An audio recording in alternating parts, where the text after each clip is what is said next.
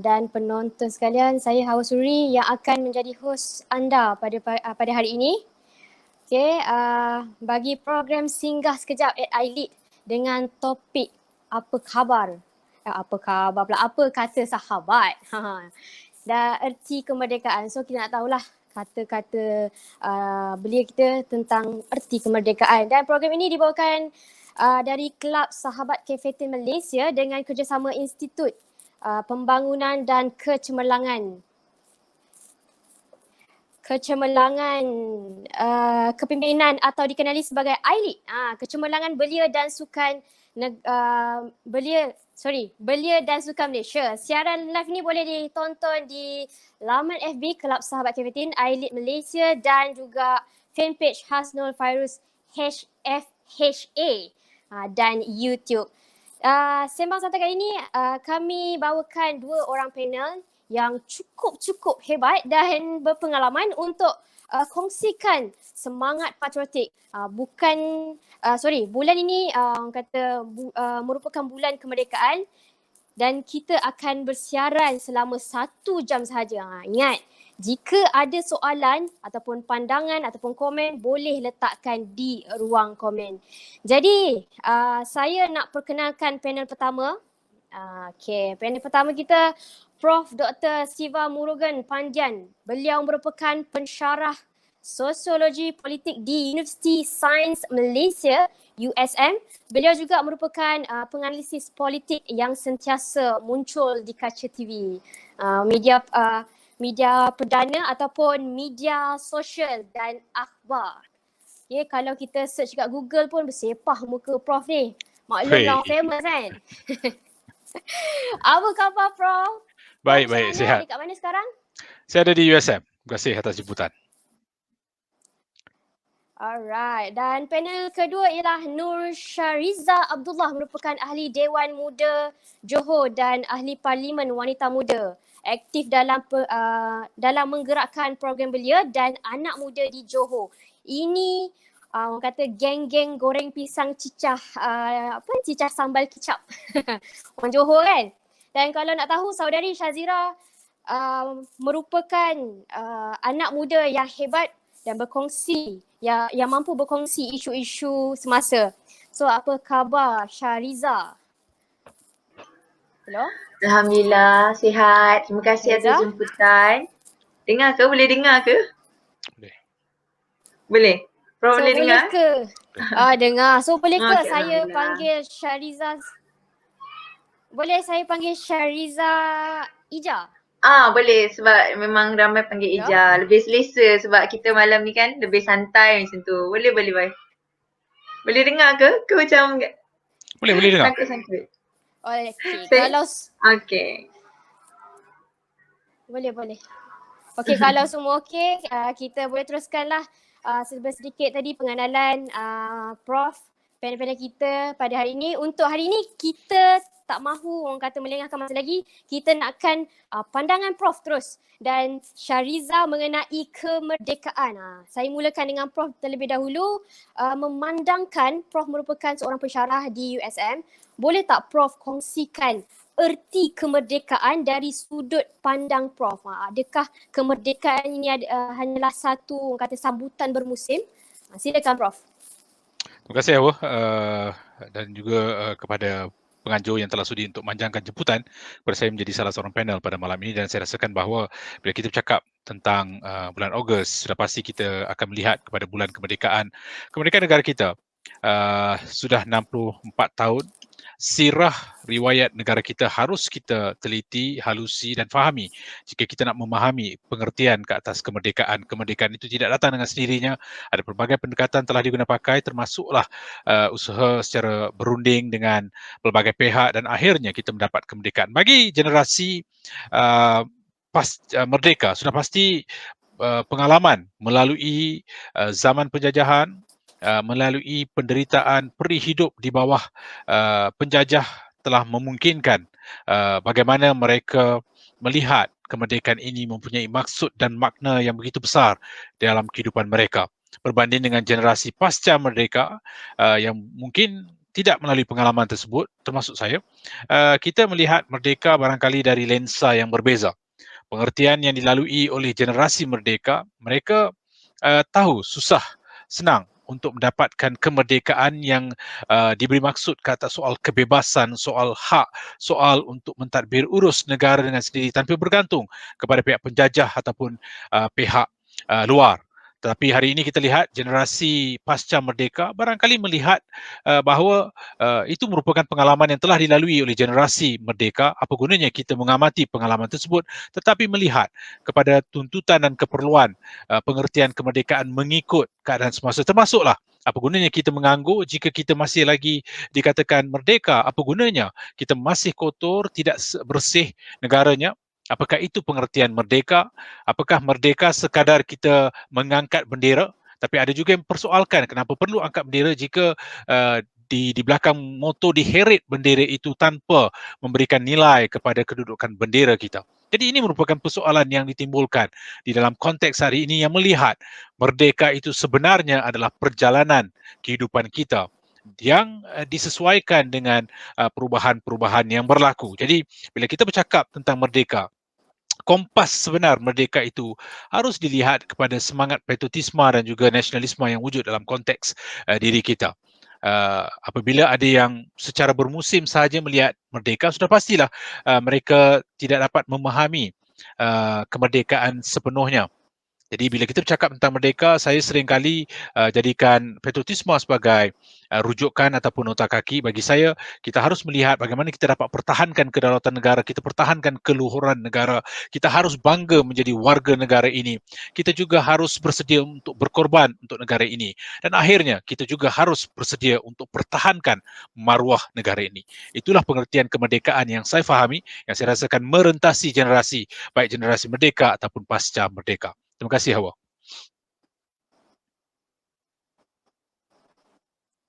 Terima kasih Prof. Satu orang kata pandangan yang mantap, yang hebat. Itu dari kacamata seorang profesor dan pendidik.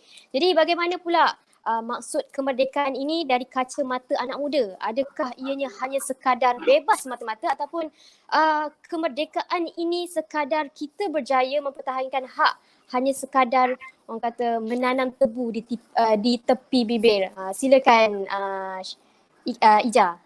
Okey, baiklah. Terima kasih atas soalan. Saya sangat bersetuju dengan pandangan Prof tadi kan, kongsian Prof sangat hebat. Tapi mungkin saya akan memberi sedikit pandangan daripada kita sebagai anak muda. Mungkin jawapan saya lebih santai dan lebih orang kata jawapan anak-anak muda masa kini lah. So bagi saya kemerdekaan itu memang kalau kita lihat di dalam kamus ataupun yang orang akan faham adalah satu kebebasan, kerana jika kita tengok sejarahnya dulu bagaimana nenek moyang kita memperjuangkan tanah air kita sehingga kita mencapai kemerdekaan yang kita orang kata terima pada hari ini.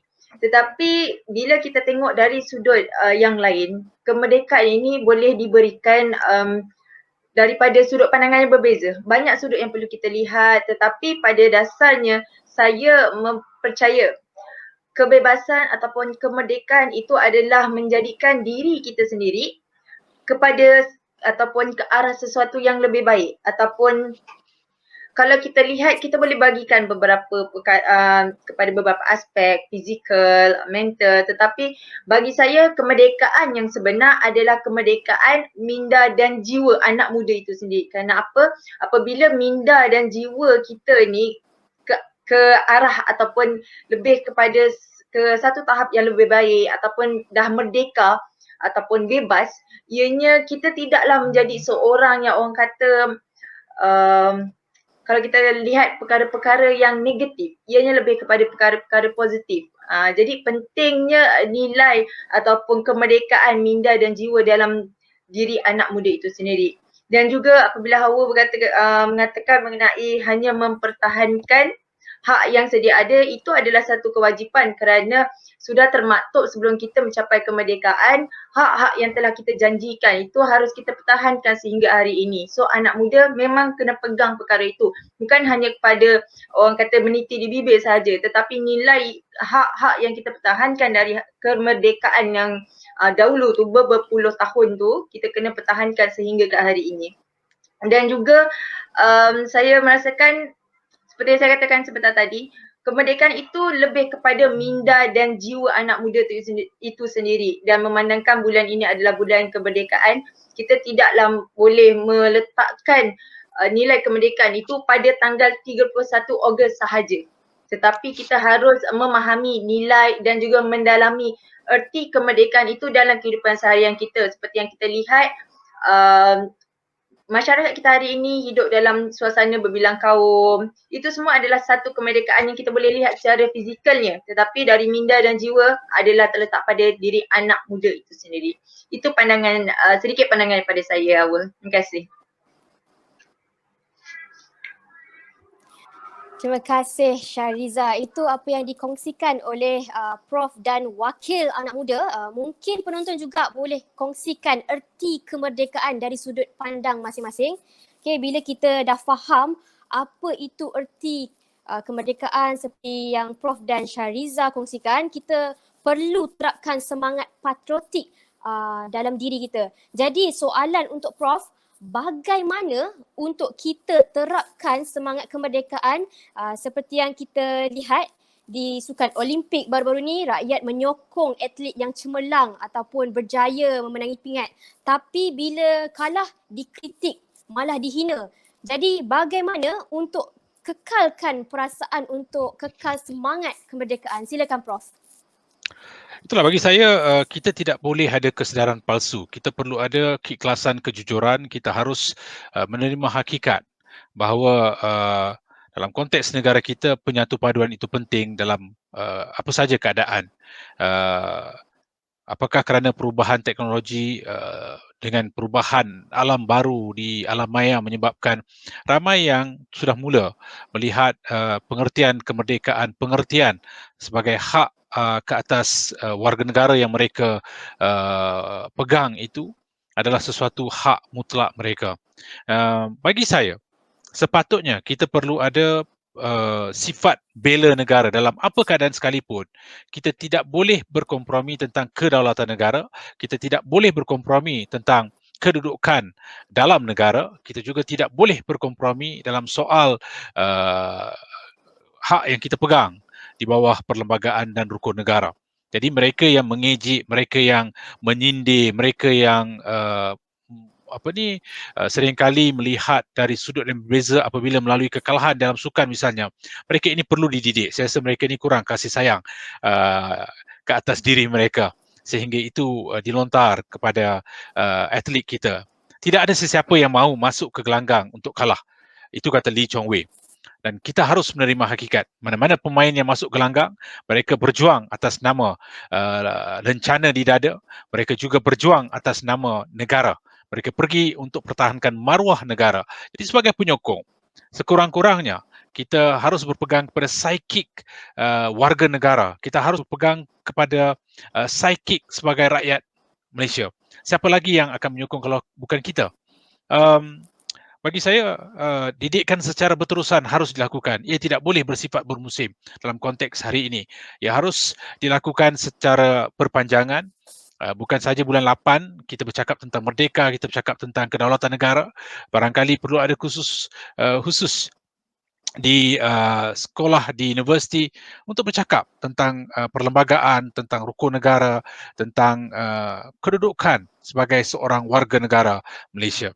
Malahan, kita harus bersedia untuk melicinkan yang tak seimbang, meratakan yang mencapah. Itu hanya boleh dilakukan jika masing-masing merasakan mereka mempunyai tanggungjawab bersama ke atas negara ini. Zaman berubah, pesaka bergilir. Maksudnya setiap perubahan zaman ada fasa tertentu yang dilalui oleh setiap generasi. Generasi merdeka mungkin semangat mereka berbeza kerana mereka melihat pengorbanan dalam sukan misalnya berbeza dulu dan kini.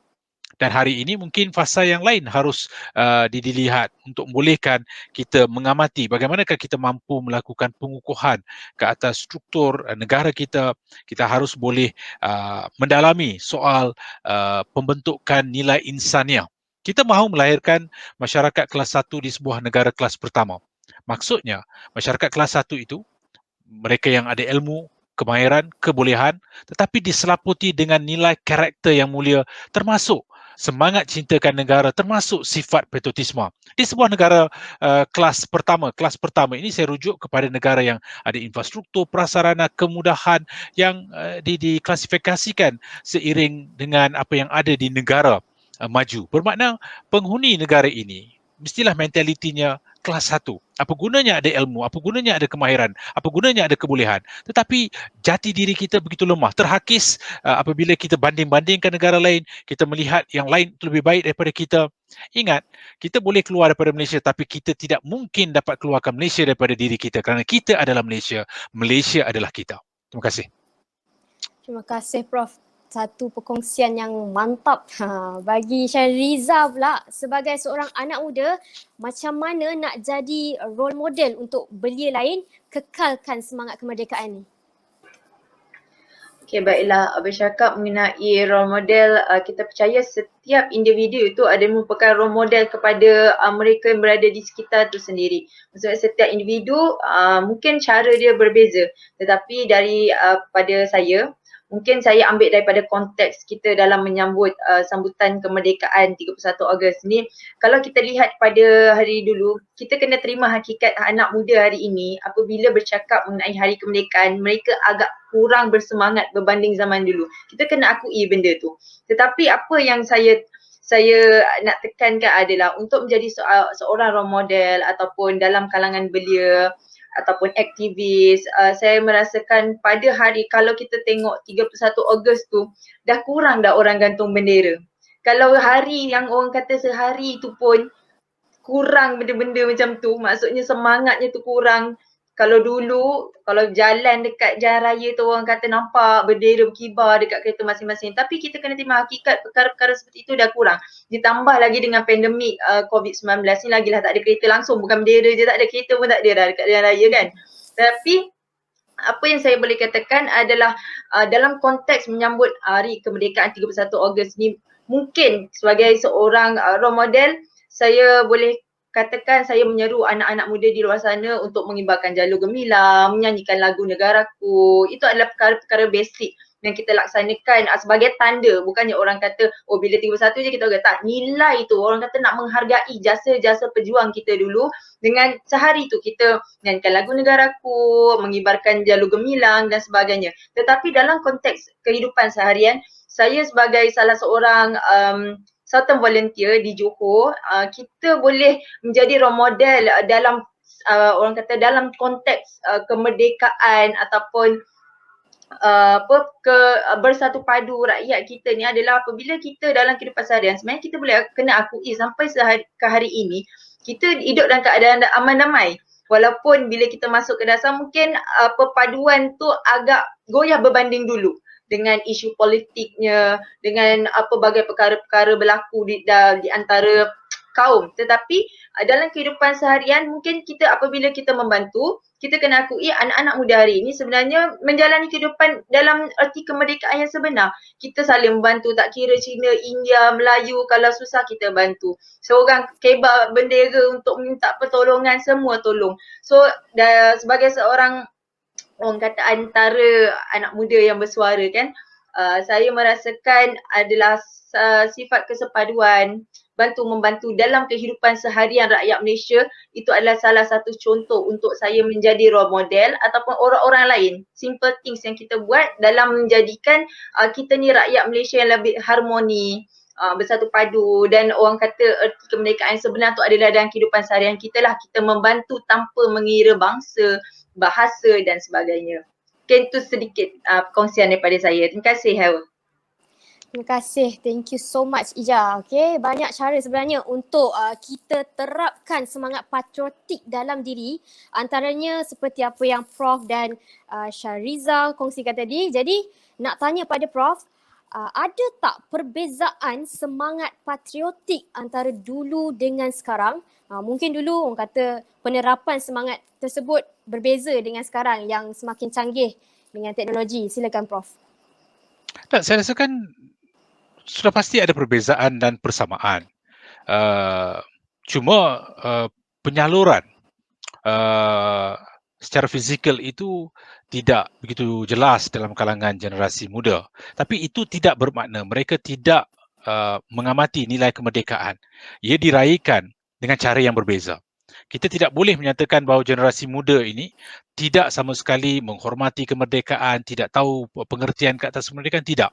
Bagi saya, apa yang dilalui, apa yang dilakukan oleh generasi lama, barangkali ia disesuaikan dengan pengalaman mereka. Sebab itu, dulu ada yang siap setrika baju sebelum hari kemerdekaan setiap tahun kerana merasakan bahawa itu sebagai satu sambutan seperti kita menyambut hari raya. Jadi bagi mereka, kibarkan bendera itu satu semangat yang harus ada pada semua yang menamakan diri mereka sebagai rakyat Malaysia. Tetapi generasi hari ini, ramai yang katakan hanya melihat ia sebagai cuti umum. Tidak. Dia dilakukan dalam bentuk yang berbeza. Tidak bermakna tidak menampakkan secara luaran, mereka tidak mempunyai aspirasi ataupun sifat dalaman yang terhakis ke atas kemerdekaan, kebebasan dan hak. Bagi saya, sudah pasti mereka juga bersedia untuk berkorban. Mereka juga mempunyai semangat banggakan negara ini dengan cara yang berbeza. Mungkin disebabkan persekitaran yang sudah berbeza menyebabkan ia disesuaikan.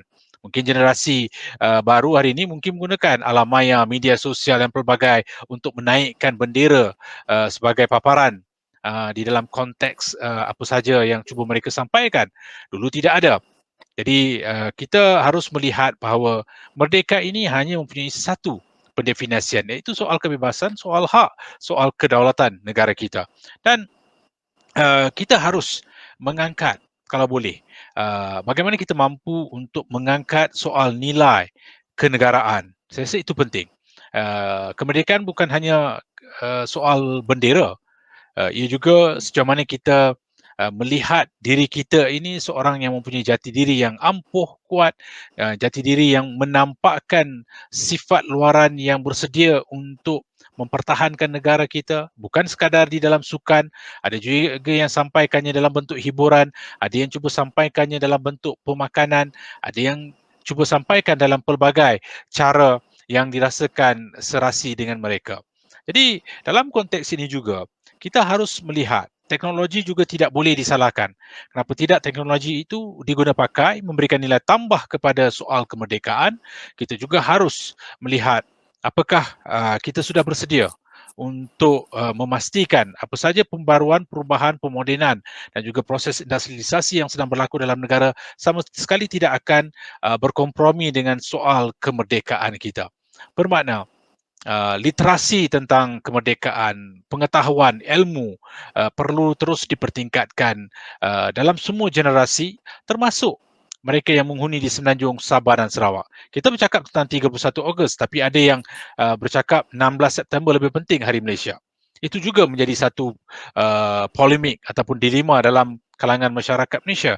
Apakah 31 itu penting ataupun 16 September penting? Tapi yang penting di sini ialah ianya kedua ini saling lengkap melengkapi. Tanpa kemerdekaan 31 Ogos, tak mungkin kita dapat raikan 16 September sebagai Hari Malaysia. Jadi pemahaman ini haruslah rasional, praktikal, bukannya bersifat emosional ataupun provokasi yang akan menyebabkan ada sebilangan merasakan bahawa kenapa aku perlu risau tentang merdeka. Biarlah pemimpin dan kerajaan saja mengatur susun soal kemerdekaan. Tidak, ini adalah tanggungjawab yang harus dipikul ke semua 32 juta penghuni dalam konteks negara kita. Tidak ada sesiapa dilahirkan dengan pendekatan meningkatkan semangat kemerdekaan sewaktu muncul di dunia ini. Tidak. Tidak pernah lagi di hospital apabila seorang bayi itu lahir dibisikkan dengan lagu negaraku. Ada? Tidak. Ada dibisikkan dengan soal perlembagaan, ada dibisikkan dengan soal rukun negara. Tidak. Orang Islamnya dengan azan, orang bukan Melayu dengan pendekatan kepercayaan mereka. Tetapi ini merupakan proses yang sebenarnya harus dilalui dalam sosialisasi setiap individu yang menamakan diri mereka sebagai warga Malaysia. Ini juga tidak bermaksud setiap kali kita bersarapan pagi, kita bercakap tentang perlembagaan, kita bercakap tentang rukun negara. Tidak. Ia juga dirujuk kepada sejauh manakah apa saja kita lakukan itu sebenarnya adalah amalan. Amalan yang memberikan cerminan ke atas kebebasan yang ada pada kita, hak yang ada pada kita, semuanya harus bertanggungjawab. jika mahu memastikan soal kemerdekaan ini difahami dalam konteks semasa dan juga apa yang pernah dilakukan oleh generasi yang lepas. Hawa? Baik, terima kasih Prof. Jadi bagaimana pula dengan Shariza? Adakah Shariza rasa berbeza cara orang dulu? Kalau macam tadi Prof cakap ada persamaan, ada perbezaan. Tapi macam mana pula dengan Ija? Ada rasa berbeza tak cara orang dulu terapkan semangat kemerdekaan dengan generasi kita sekarang ni? Baiklah, saya sama berpandangan yang sama dengan Prof. Dia mestilah berbeza kerana peredaran zaman pun berbeza, cara kehidupan kita pun berbeza. Lagi ditambah dengan keadaan sekarang pandemik ni, kita memang tak ada aktiviti fizikal. Kalau kita lihat dulu kan, mak ayah kita semua pergi sekolah pakai baju bendera, tudung bendera, lagi apa segala macam bendera lah. Dibuat baju, dibuat kain, kasut pun kalau boleh dibenderakan Malaysia tu sebagai semangat. Tetapi mengikut kesesuaian zaman dulu. Tapi kalau kita lihat pada zaman sekarang, ianya lebih kepada orang kata kreativiti anak muda dengan memanfaatkan kemajuan teknologi. Kalau kita perasan ni yang mengikut, ialah saya masa universiti tak jauh sangat. Jadi kita ambil contoh masa saya di universiti. Mana-mana rata-rata universiti apabila menjelang bulan Ogos, semua kebanyakan akan membuat orang kata mendeklamasikan saja, membuat pantun, lagi membuat poster hari kemerdekaan. Sebenarnya kita tidak boleh mengatakan perkara-perkara seperti itu tidak sama dengan nilainya yang pada waktu dulu kita pakai baju bendera, pakai tudung bendera. Sebenarnya nilai itu sama, cuma cara penyampaiannya adalah berbeza. Jadi pokok pangkalnya berbalik pada diri kita adalah nilai ataupun erti kemerdekaan pada diri kita sendiri. Bagi saya anak muda yang orang kata dibesarkan dalam mengikut perkembangan teknologi sekarang ni, media sosial orang kata macam-macam kemudahan ada, apa yang anak muda boleh buat ataupun cara kita nak menyampaikan semangat kemerdekaan kita pada 31 Ogos tu, kita mengadakan pelbagai pertandingan saja. Itu adalah salah satu nilai-nilai yang kita boleh ambil. Walaupun perkara itu tidak sama dengan dulu kita turun ke padang orang kata, tapi mengikut norma baru ni, ia adalah salah satu contoh ataupun perkara yang baik melalui lagu, budaya, orang kata macam-macam lah, banyak perkara yang boleh kita lakukan sebagai salah satu cara penerapan zaman sekarang yang berbeza dengan penyampaian kemerdekaan masa dulu, tetapi nilai dan semangat menyambut hari kemerdekaan itu adalah sama. So bagi saya itu saja, Hawa. Terima kasih Ija. Kalau macam saya sangat setuju kedua-duanya. Cuma sekarang ni kalau kata ikut generasi kami lah yang muda ni, kita lebih kepada media sosial kan. Jadi untuk sambutan kita banyak berkongsi di media sosial. Berbeza dengan dahulu, kita ada perarakan, kita berkumpul ramai-ramai. Jadi itu adalah serba sedikit perbezaan antara dulu dengan sekarang. Zaman-zaman mak ayah kita dengan zaman kita.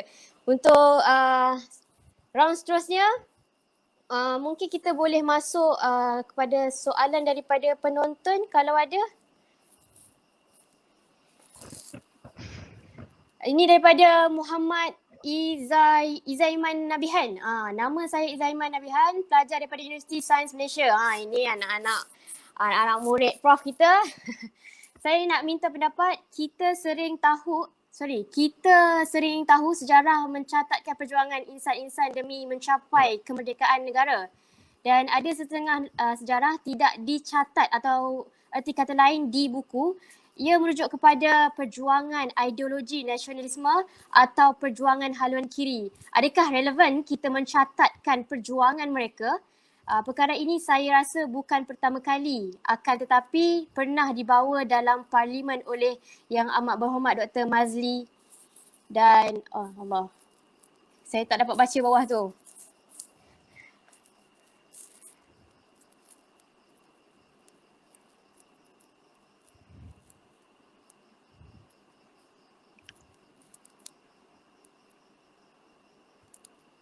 Mungkin soalan ini boleh dijawab oleh Prof. Terima kasih atas soalan tu Izalman.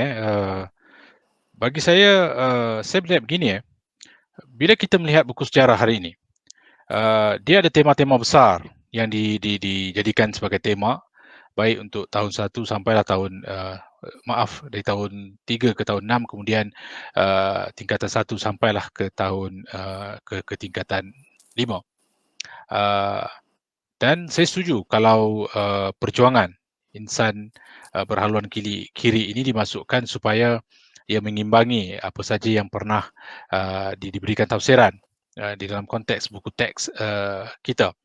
Cumanya ia mungkin memerlukan pendedahan, pemahaman yang secukupnya supaya kelompok yang merasakan bahawa haluan kiri ini tidak boleh dimasukkan perlu juga dibawa berbincang secara bermusyawarah, memahami kenapa pentingnya soal mereka yang dianggap berhaluan kiri. Dulu pun ada isu yang pernah dibawa sehingga menyebabkan isu itu dianggap tidak boleh dimasukkan dalam buku teks. Mungkin jika tidak dimasukkan dalam buku teks, di peringkat universiti, kalau pengususan di dalam bidang sejarah, haluan kiri ini juga diajar untuk memahami siapakah yang telah menyumbang, siapakah yang terlibat dan juga bagaimana pengertian nasionalisme bagi kumpulan berhaluan kiri. Jadi bagi saya, tidak mustahil satu hari nanti kita akan melihat ia pernah dicuba di dalam buku teks sebelum ini, mendapat kritikan, tetapi jika pemahaman yang secukupnya diberikan, barangkali kita boleh masukkan. Banyak pihak sebenarnya telah menyumbang kepada kemerdekaan, tapi tidak semuanya boleh dimasukkan dalam buku sejarah. Apakah kita boleh mencari pendekatan yang lain, kita boleh mencari ruang yang lain untuk membolehkan pemahaman dari sudut yang berhaluan kiri agar ia juga dilihat dari sudut yang rasional, praktikal, bukannya dari sudut emosional. Terima kasih. Terima kasih Prof. Itu soalan yang pertama daripada kita punya penonton. Mungkin ada soalan yang kedua. Soalan seterusnya, Prof, ada menyatakan kemerdekaan ni salah satu sifat kebebasan dalam konteks hak kebebasan bersuara pada hari ini bagaimana? Aspek hak kebebasan ini luas, tapi bagaimana dengan perhimpunan baru-baru ini di KL? Adakah itu hak kebebasan bersuara? Boleh Prof jelaskan? Ya, hak kebebasan bersuara termaktub dalam perlembagaan. Sesiapa sahaja boleh bersuara, tetapi beberapa ciri harus dijadikan saringan dalam diri masing-masing. Kita hidup dalam masyarakat yang pelbagai, etnik, yang rencam, majmuk. Sudah pasti itu harus dihormati. Ada isu-isu sensitif yang harus kita boleh elak daripada kita bercakap. Sebagaimana kita lihat di media sosial, itu sudah menjadi satu medan perang. Dia menggeledak sehingga memungkinkan pertembungan soal keetnikan, ras, tentang keagamaan. Apakah itu bentuk kebebasan yang mahu kita lihat? Apakah kita sebenarnya sudah boleh melihat soal kebebasan mutlak di mana kita boleh bercakap apa sahaja? Ataupun kita perlu berlandaskan kepada keterbatasan, limitasi tertentu untuk menggarap nilai di sebalik kebebasan. Apa yang berlaku di perhimpunan baru-baru ini, saya setuju perhimpunan itu harus dibenarkan, tetapi apakah masanya sesuai? Apakah ia wajar diadakan ketika kita sedang berhadapan dengan elemen kesihatan yang kritikal, yang kronik? Apa akan terjadi jika sekiranya sesuatu berlaku di perhimpunan itu dan akhirnya membawa kepada soal kerumitan dalam konteks kesihatan yang sedang kita cuba pulihkan hari ini? Tetapi waktu yang sama, kita harus menilai apakah sebenarnya mesej yang mahu disampaikan oleh anak muda di perhimpunan ini. Mesej ini tidak boleh dilihat dari sudut politik, tetapi kita harus akur. Ada mesej isyarat yang cuba disampaikan, kenapa tidak itu didengari, itu diberikan satu penyelesaian, satu ruang untuk bertemu dengan penganjur dan melihat kepada isu-isunya. Cuma kalau dikatakan perhimpunan itu tidak sesuai diadakan ketika ini, kita haruslah lihat dari sudut keselamatan kesihatan. Tapi waktu yang sama, saya mengalu-alukan soal bagaimana isu yang dibawa itu harus didengari oleh pihak berwajib dan cuba tangani secara bijak dan juga secara praktikal. supaya suara itu tidak dipinggirkan, suara itu tidak dilihat dari perspektif politik semata-mata, tapi dalam sudut yang lebih menyeluruh. Kerana generasi hari ini mahu didengari, generasi hari ini mahu isu mereka itu diberikan satu bentuk maklum balas yang bersesuaian dengan perubahan yang sedang berlaku. Dan itu hanya boleh dilakukan oleh pihak berwajib. Bermakna ini masanya kepada kepimpinan dan juga pihak berwajib untuk sekurang-kurangnya lakukan engagement dengan pihak mereka dan melihat apa rasional di sebalik isu yang dibawa. Dan itu memberikan ruang kepada soal kebebasan. Soal kebebasan, saya rasa sesiapa saja ada kebebasan, tetapi jangan salah gunakan kebebasan dengan merasakan bahawa kita ada hak sebagai rakyat Malaysia, kita boleh buat apa saja. Tapi ingat, dalam konteks negara kita, kita adalah sebuah negara yang pelbagai, yang banyak perbezaan dan juga banyak persamaan. Jadi janganlah perbezaan itu dilihat sebagai liability hingga membawa kepada pertembungan dalam soal kebebasan. Apa yang sensitif kepada Hawa misalnya, mungkin tidak sensitif pada saya. Apa yang sensitif pada saya mungkin tidak sensitif kepada Hawa. Jadi bagaimana kita nak mencari ruang yang sama, rambut sama hitam, hati lain-lain, apatah lagi yang tak berambut. Jadi sudah pastilah kita akan melihat wujudnya pertembungan dari sudut perbezaan, tetapi mencari titik keseimbangan, termasuklah dalam soal kebebasan. Terima kasih. Terima kasih Prof. Mungkin soalan ini boleh diajukan kepada anak muda kita, iaitu Ija, mengenai isu kebebasan bersuara yang baru-baru ni berhimpun di Kuala Lumpur. Bagaimana pendapat Ija mengenai isu ini? Okey, baiklah.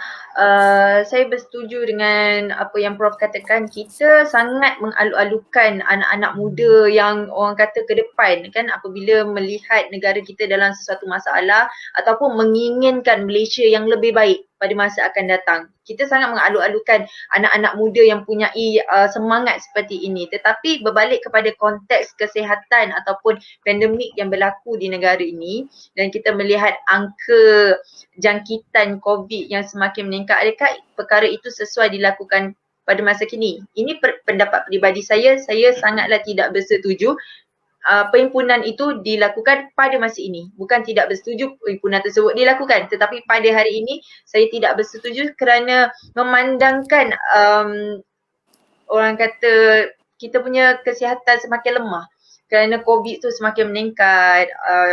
Petugas-petugas frontliner orang kata dah lebih setahun kan memperjuangkan membantu orang ramai membanteras COVID-19 ni. Tetapi apabila kita membuat protes seperti itu pada masa ini, saya merasakan ianya tidak bersesuaian, walaupun hakikatnya objektif yang ingin disampaikan oleh pihak penganjur dan anak-anak muda itu adalah satu objektif yang betul.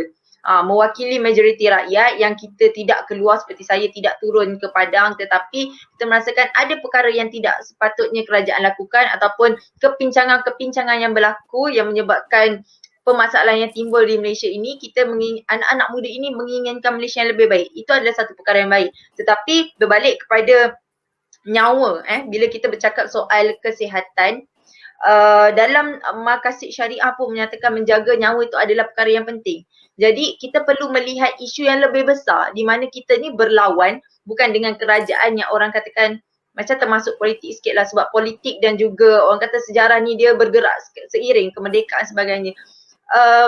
Kerajaan yang gagal dan sebagainya, tetapi adakah ianya kita melawan kerajaan yang gagal ataupun kita melawan kepada sesuatu yang lebih besar yang kita tak nampak, yang telah meragut nyawa ibu bapa kita, meragut nyawa anak-anak, adik-adik kita, meragut kehidupan kan, orang-orang semua duduk di dalam rumah tak bebas.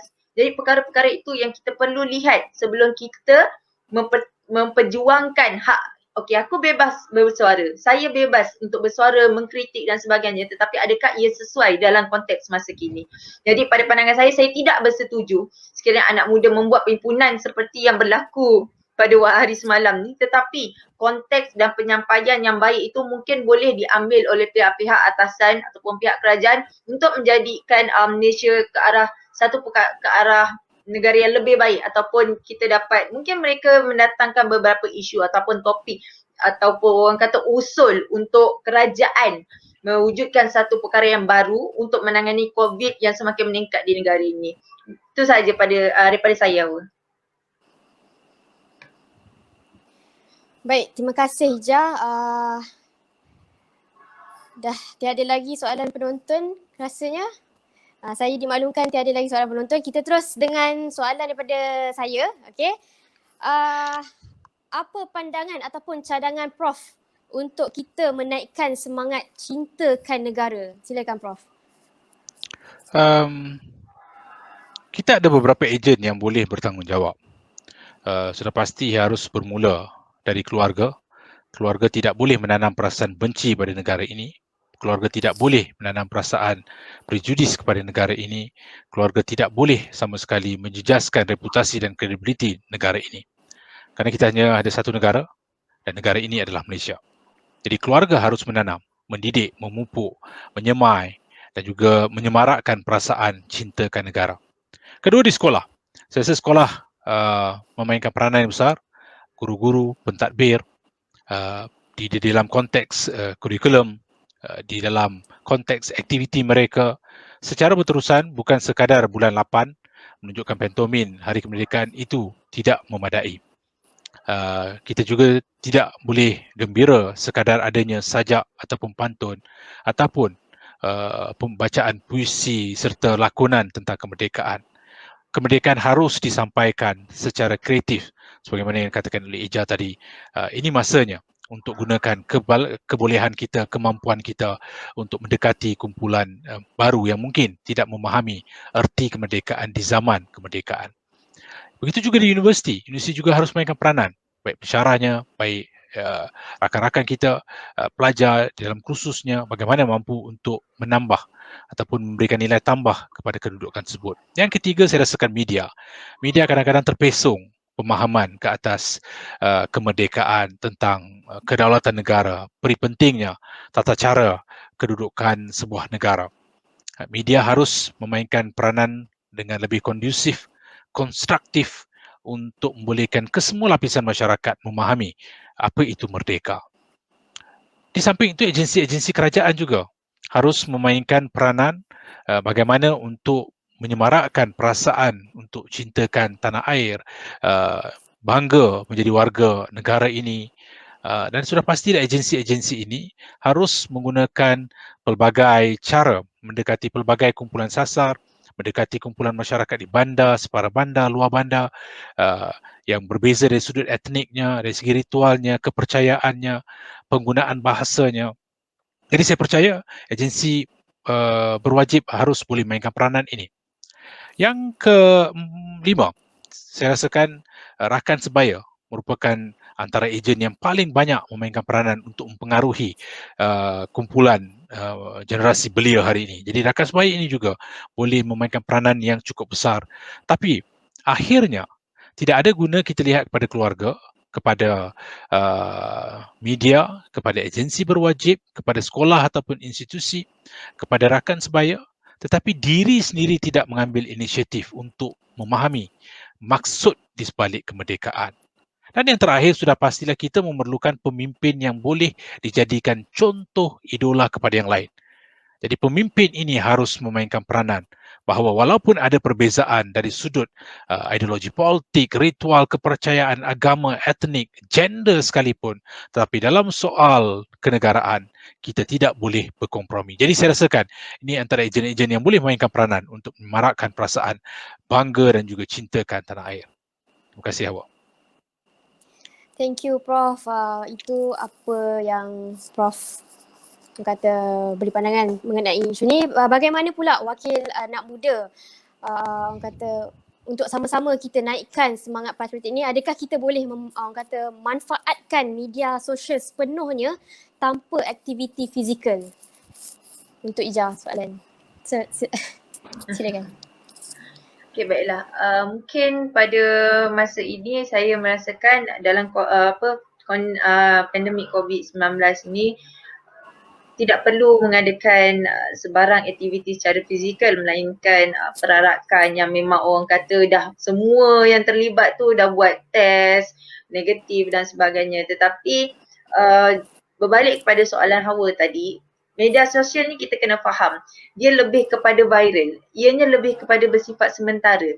Mungkin ia boleh digunakan, dimanfaatkan dengan sebaik mungkin, tetapi adakah ianya memberi kesan jangka masa panjang nilai kemerdekaan dalam diri anak muda itu sendiri.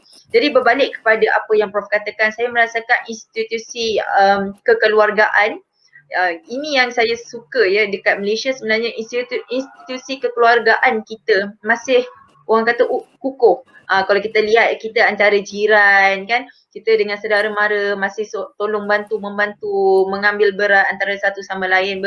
Berbeza dengan mungkin negara-negara di luar di mana mereka lebih kepada teknologi yang orang kata pergi kerja balik, kita tak kenal lah jiran siapa apa semua.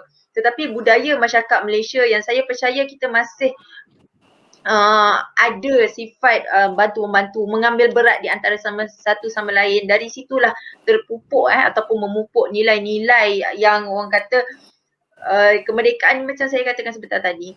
Nilai kemerdekaan ni bukannya kita lihat pada 31 Ogos sahaja, tetapi kepada dalam diri kita sendiri, bagaimana kita melalui kehidupan seharian dalam masyarakat yang harmoni dan sebagainya. Dan apa yang boleh saya katakan, penggunaan laman sosial sekiranya pada masa kini menjelang 31 Ogos yang akan datang, laman sosial haruslah digunakan sebaik mungkin untuk menunjukkan semangat kemerdekaan, orang kata yang semangatlah kepada anak muda. Mungkin boleh menggunakan laman sosial yang sepatutnya, tetapi institusi ataupun ejen-ejen yang seperti Prof katakan haruslah memainkan peranan penting supaya nilai kemerdekaan itu telah dipupuk sejak kecil.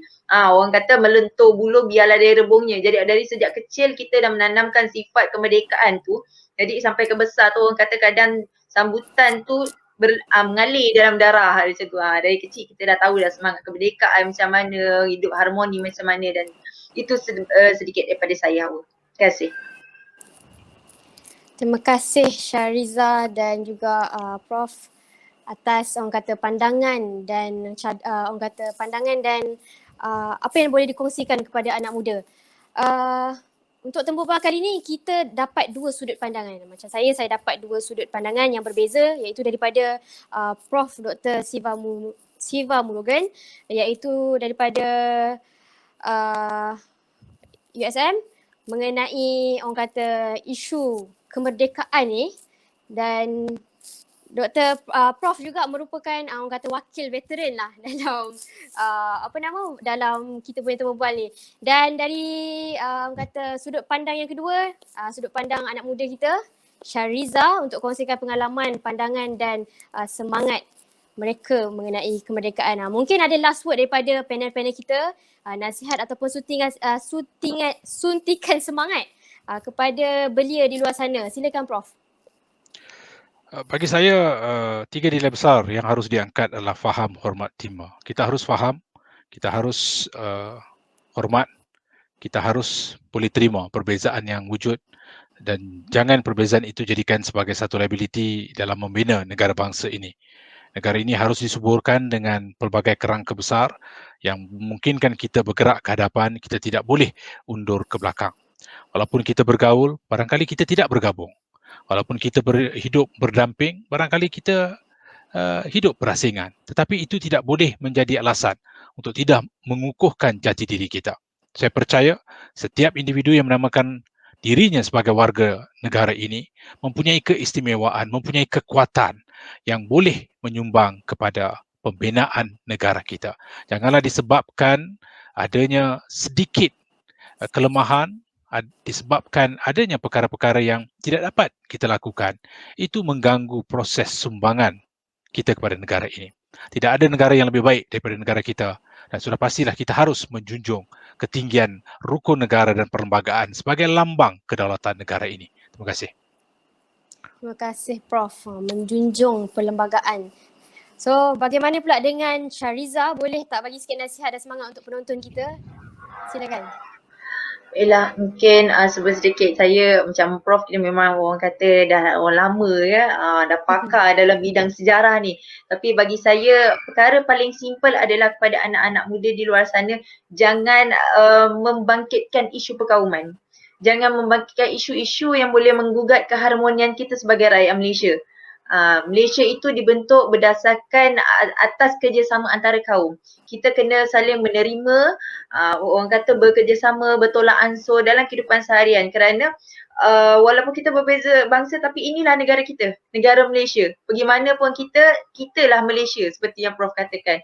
Jadi perkara-perkara kecil yang orang kata dekat kadang komen dekat Facebook pun perkara simple macam tu pun dah orang kata resis. Elakkan perkara-perkara macam tu kerana perkara-perkara kecil tu yang akan mengganggu gugat keharmonian antara kaum yang berada di Malaysia tu sendiri. Jadi pada saya, kita sebab anak muda kan, penggunaan laman sosial tu boleh tetapi ambillah yang baik. Semua perkara yang kita lakukan di dalam kehidupan kita, kita ada baik dan buruk. Jadi dalam menggunakan laman sosial, ambillah yang baiknya. Janganlah orang kata, janganlah tambah musuh. Berkawan biar beribu, bermusuh tu jangan sekali. Macam itulah bagi saya untuk mengekalkan keharmonian anak-anak muda. Sebab anak-anak muda ni kalau kita tengok, kebebasan bersuara Prof, macam-macam tulis. Kadang sampai kita tak sedar kan, ianya mengganggu gugat kedaulatan negara. Yang ni tuju ni, yang ni kadang benar-benar resis daripada satu komen menyebabkan kita telah mengganggu orang kata struktur institusi kemasyarakatan kita. Jadi perkara-perkara seperti itu gunakanlah dalam media sosial dengan sebaik mungkin dan selamat menyambut Hari Kemerdekaan je buat semua menjelang 31 Ogos ni. Mungkin semangat dah. Orang kata lagi tengah Olimpik Malaysia, semalam kita menang pingat. Hari ni Davita, saudari Davita dapat nombor 4. Semangat-semangat orang kata sukan menyatukan kita semua dan selamat Hari Kemerdekaan buat seluruh rakyat Malaysia. Terima kasih Hawa, terima kasih Prof. Terima kasih untuk orang kata satu perkongsian yang baik. Macam Ija cakap tadi, sukan menyatukan kita. Betul. Saya sampai dah lupa dah apa yang jadi isu-isu politik mengenai Malaysia ni. Sebabnya sukan ni dia buat saya lupa benda-benda macam tu. Jadi semangat untuk kita terus sokong Malaysia tanpa melihat orang kata kaum, tanpa melihat agama. Kita sama-sama sokong dan beri satu orang kata satu sokongan yang mantap untuk kita punya atlet. Sekejap, saya ada satu mesej daripada okey. Kita dah pun hampir 1 jam untuk bersiaran dan alhamdulillah terima kasih Prof Dr. Siva Murugan. Sama. Walaupun orang kata nampak macam atlet hari ni. Kan macam atlet berpakaian atlet. Saya faham situasi orang kata semangat yang Prof bawa ni, saya rasa macam saya tengah tengok Olimpik punya punya temu bual. Dan juga saudari Pengulas sukan Prof. Pengulas sukan jadinya. Semangat tu penting, semangat Olimpik. Ya betul, dan juga saudari Syariza atas kesediaan bersembang santai pada hari ini. Kita sembang-sembang santai je sebenarnya dan yang pastinya sembang ini bukanlah sembang kosong. Banyak yang Prof dan juga saudari Syariza kita kongsikan sebentar tadi untuk sama-sama kita tambah nilai orang kata rasa cinta terhadap negara kita ni. Dan saya petik mutiara kata daripada Tunku Abdul Rahman, merdeka itu bukanlah satu perkara mudah untuk diperoleh, melainkan jika dikehendaki untuk mendapatkannya dengan pengorbanan yang sebenar-benar pengorbanan. Jadi sahabat sekalian, infakkanlah diri kita untuk membantu negara, mempertahankan negara dan cintakan negara. Kerana ini bukan negara aku, tapi ini negara kita. Dan terima kasih sekali lagi Prof. Dr. Siva Murugan, pensyarah Sosiologi Politik Universiti Sains Malaysia USM. Dan geng goreng pisang cicah sambal. Saudari Syariza, Ahli Dewan Muda Johor kerana sudi bersama kami. InsyaAllah ada rezeki kita bersua lagi. Dan terima kasih kepada penonton-penonton kita atas soalan-soalan yang diberikan. Terima kasih kerana kesudian anda untuk menonton kita punya program pada hari ini. Selamat malam dan Assalamualaikum. Salam sejahtera semua. Terima kasih. Terima kasih Prof. Terima kasih Syariza.